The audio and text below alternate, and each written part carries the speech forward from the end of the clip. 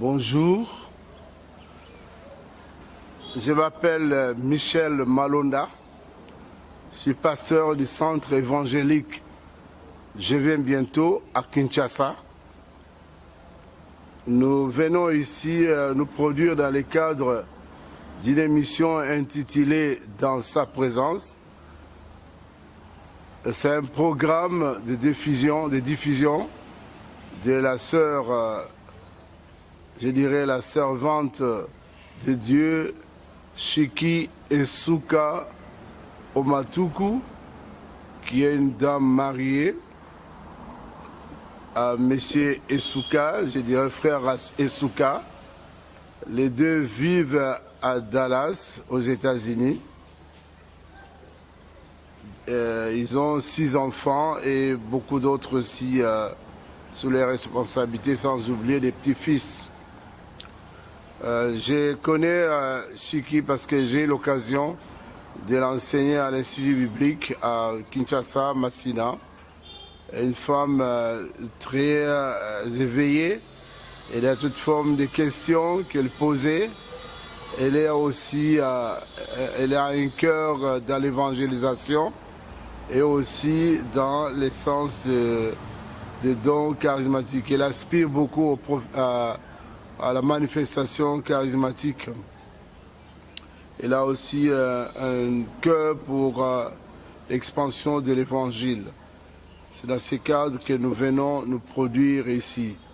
Notre thème est intitulé « La femme peut-elle enseigner ?» C'est notre thème dans cette émission. Oui, c'est une question, un débat aujourd'hui dans l'Église. Nous ne voyons pas ces débats porter beaucoup d'éléments dans la Bible.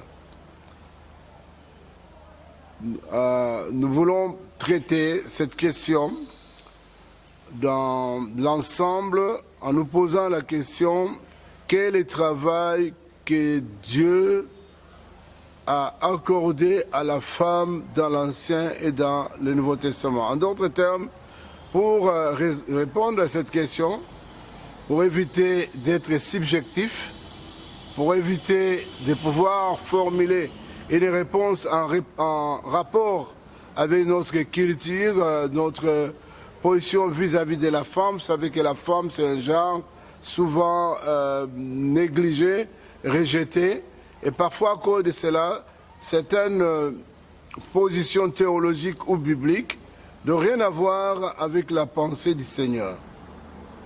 Nous pensons que pour répondre à une telle question, il nous faudra voir d'abord quel est le service que la femme a effectué dans l'Ancien Testament, quel est le service que la femme peut faire ou exerce dans le Nouveau Testament, et quel est le service qui est autorisé, qui est exercé par la femme dans l'Église d'aujourd'hui. Voyons d'abord, lisons d'abord un passage. Dans Exode, j'aimerais, malgré les déploiements de la technologie, à la fois utiliser ma Bible électronique, mais aussi la Bible ordinaire. Il est dit ici, dans Exode 15, verset 20, « Marie, la prophétesse, sœur d'Aaron, prit à sa main un tambourin, et toutes les femmes vinrent après elle avec des tambourins et en dansant. Marie répondait aux enfants d'Israël, « Chantez à l'Éternel, car il a fait éclater sa gloire, il a précipité dans la mer le cheval et son cavalier. » Voyez là donc l'exercice de ministère prophétique par une femme, Marie, la sœur de Moïse. Elle est appelée ici prophétesse. Elle exerce ce ministère en parlant au peuple de Dieu, en parlant à Israël. Une femme, elle exhorte les enfants d'Israël de louer le Seigneur avec des mots, comme elle prophétise, c'est Dieu qui place cela. Parce que la Bible dit que c'est poussé par l'Esprit que les hommes ont parlé de la part de Dieu. Vous savez que dans l'histoire de Marie, à un certain moment, avec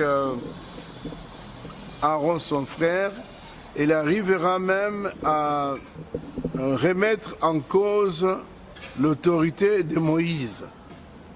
Parce que Moïse avait épousé une femme égyptienne.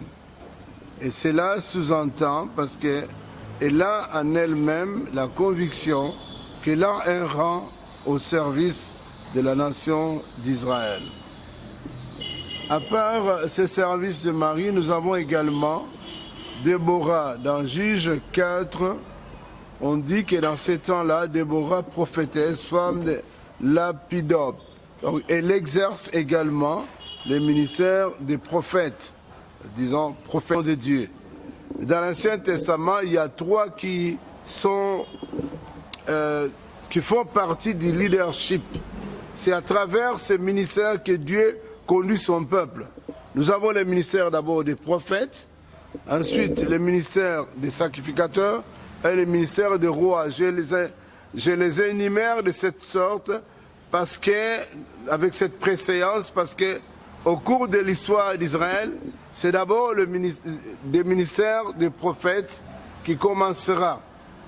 On dira même bien avant Abraham, on parle d'Enoch. Abraham exercera aussi le ministère des sacrificateurs, parce qu'il dressait des autels.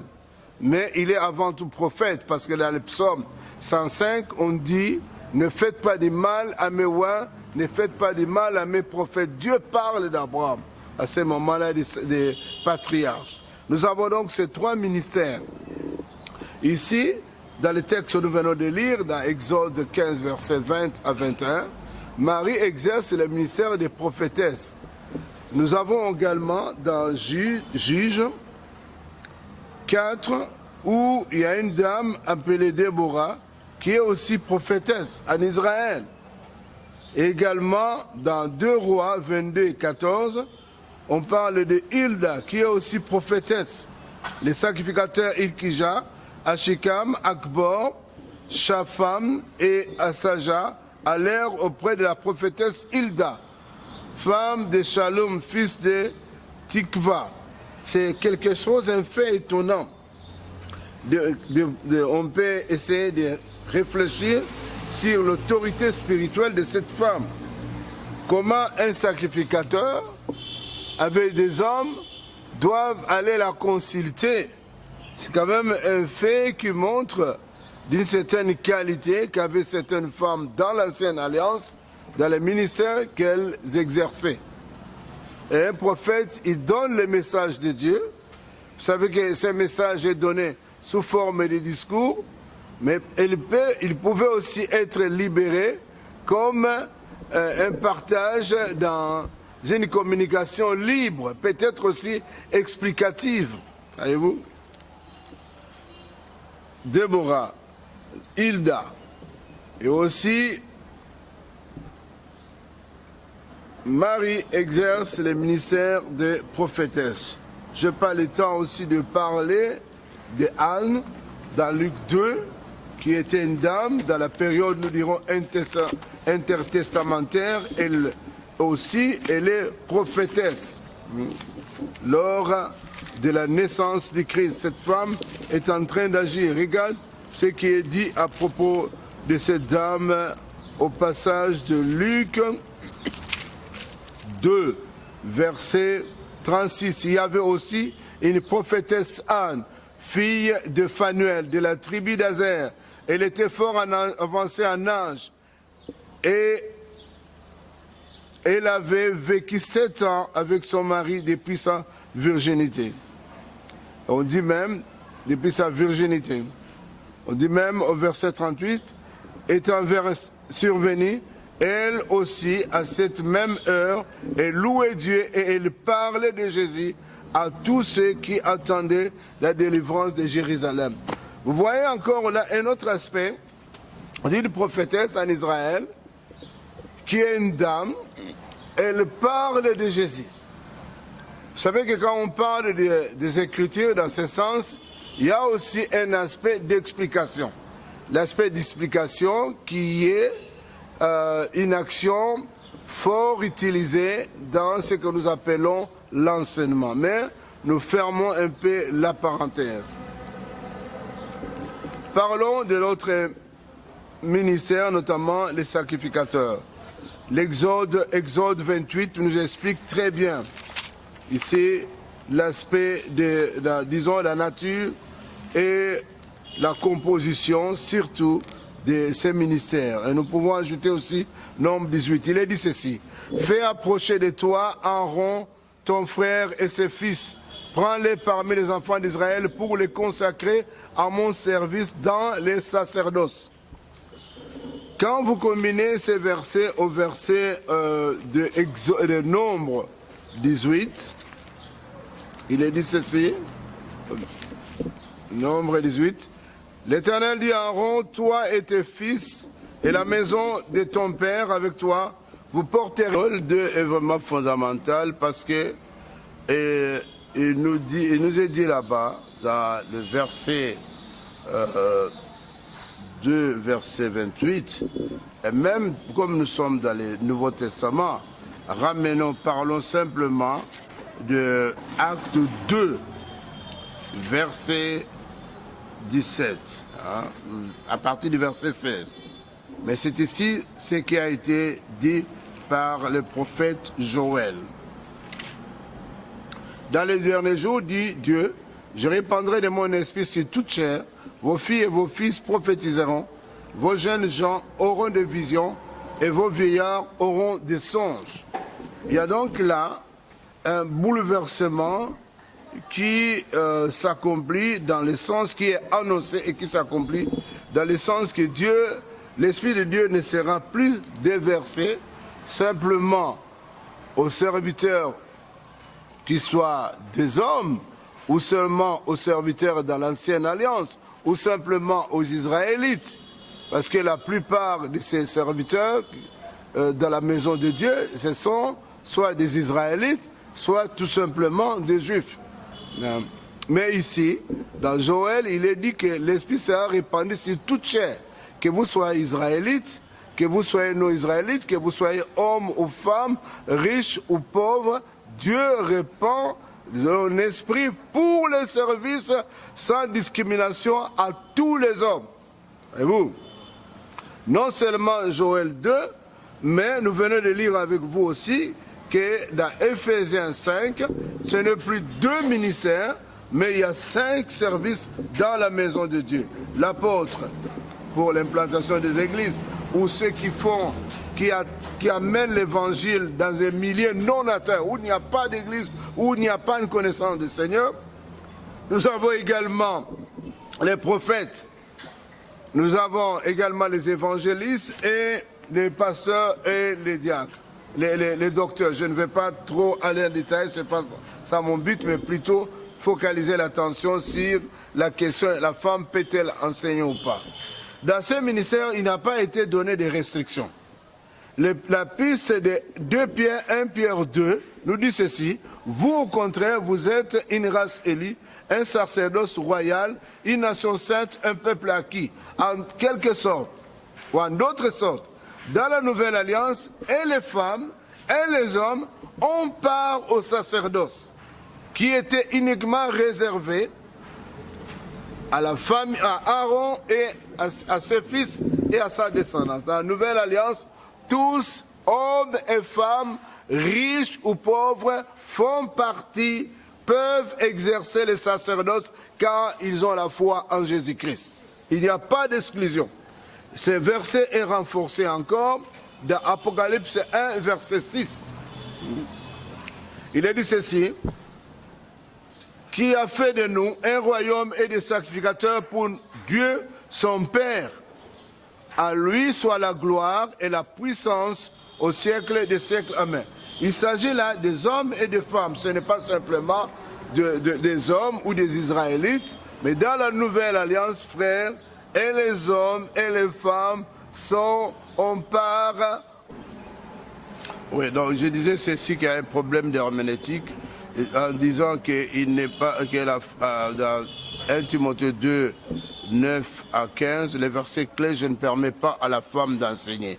C'est un seul mot, pratiquement quelques mots. On ne peut pas constituer une doctrine avec cela. C'est la même chose quand vous voyez, quand Paul dit à Timothée qu'il pouvait prendre un peu du vin pour les indispositions de son instrument. Si vous prenez ce genre de versets et vous constituez une doctrine que pour les problèmes d'indigestion, vous pouvez prendre le vin, eh bien, vous faites une mauvaise interprétation de la Bible. La question qui est posée dans 1 Timothée 2, 9 à 15 est pratiquement le même que 1 Corinthiens 14 à partir du verset 34. Il est question du comportement des femmes dans l'assemblée. Ils ne doivent pas faire du bruit et ils doivent s'asseoir et rester calmes. Si vous prenez cela mot à mot, alors une femme ne peut pas parler. Or, dans 1 Corinthiens 14, verset 3, il dit que le prophète parle aux hommes. Or, il a autorisé aux femmes de prophétiser. Donc, c'est un faux débat. La femme peut parler aux hommes, la femme peut enseigner, la femme peut expliquer. Nous avons un renforcement de cela quand nous parlons, par exemple, aussi un problème aussi de contexte et de compréhension. Quand on dit dans l'assemblée, certains disent la femme ne peut pas enseigner dans l'assemblée, ailleurs elle peut enseigner. Mais les enfants, les jeunes, les femmes, quand ils se tiennent ensemble, quand il y a 2 ou 3 personnes, c'est une assemblée ou ce n'est pas une assemblée? C'est toujours une assemblée. Donc, en résumé, nous pouvons dire ceci, dans l'ancienne alliance, il y avait restriction dans les ministères. Dans la nouvelle alliance, les femmes peuvent exercer tous les ministères, que ce soit les ministères des pasteurs et aussi avec la possibilité d'enseigner. Elles peuvent prier pour les gens, elles peuvent évangéliser, elles peuvent prophétiser, elles peuvent enseigner. Ce n'est pas un problème parce que Dieu a donné, depuis la nouvelle alliance, l'office du sacerdoce aux hommes comme aux femmes, aux riches comme aux pauvres, aux blancs comme aux noirs, aux hommes libres comme aux hommes esclaves. Dans l'église primitive, c'était un grand problème. L'histoire de l'église nous rapporte qu'il y avait parfois des problèmes où les domestiques, donc les esclaves, parfois aussi, devaient être des responsables de l'église alors que les patrons ne l'étaient pas. Je voudrais donc, frères, sœurs, avant de terminer, prier pour vous. Il y a des conditions. Toutefois, si une femme veut enseigner, il y a des conditions. La première condition, il faut qu'une femme soit convertie dans l'église. Vous devez être réellement une personne qui a donné votre vie à Jésus-Christ si vous aspirez réellement à travailler dans la maison de Dieu. La deuxième condition, vous devez être formé. Matthieu 28 dit ceci.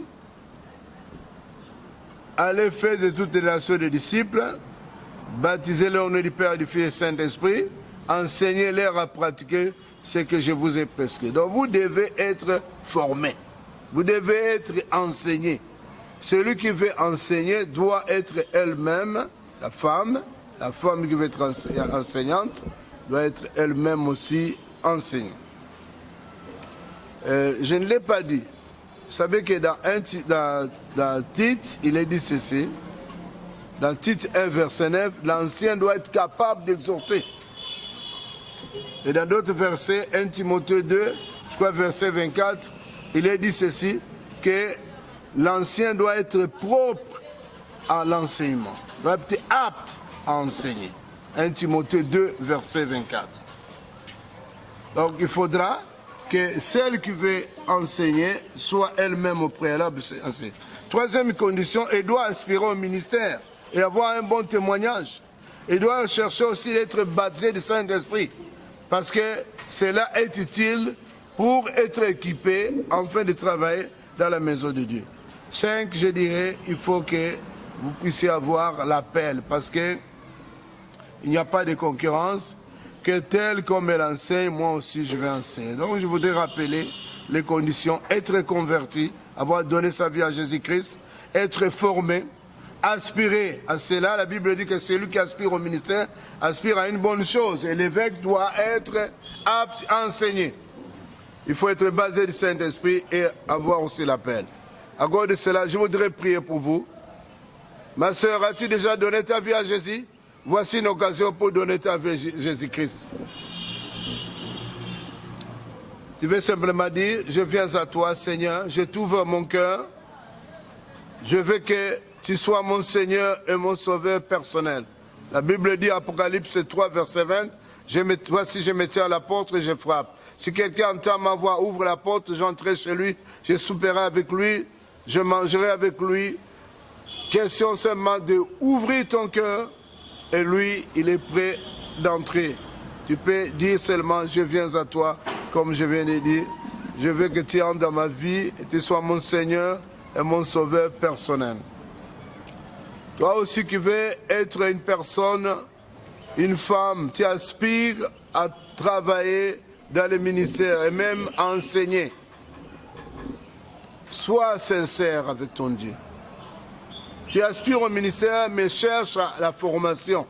Assieds-toi, qu'on te forme et autant voulu par Dieu, tu pourras travailler pour enseigner les autres.